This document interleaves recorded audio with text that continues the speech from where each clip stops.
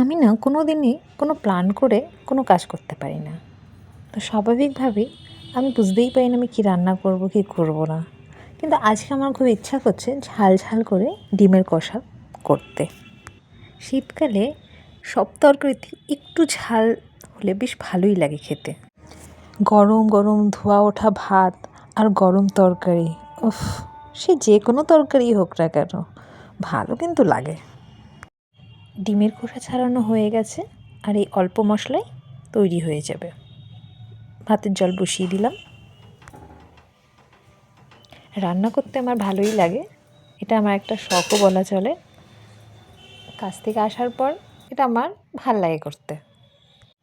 আমার পরিবারে খুব লিমিটেড লোক, তো যার কারণে অল্প মানুষের অল্প রান্না, তাই শখটা এখনও আছে।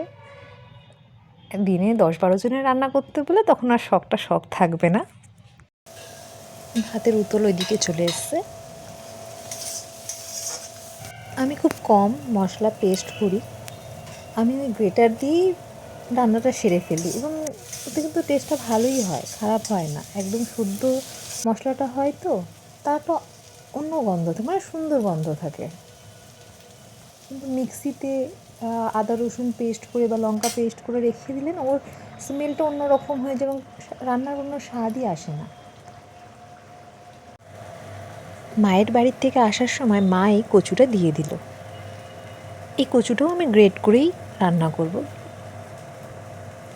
গ্রেটার দিয়ে পুরো একদম মিহি মিহি করে কুচানো হয়ে যাবে আমার।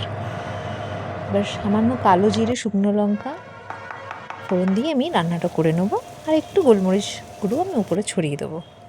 এতে কচুটা সিদ্ধ হতে বেশি সময় লাগে না এবং ভাজা ভাজা হয়ে যায়, ভালোই লাগে। এর টেস্টটাও কিন্তু ভালোই লাগে খেতে। ভাতও হয়ে গেল, 2 তরকারিও হয়ে গেল। এবার ওনার আসার পালা।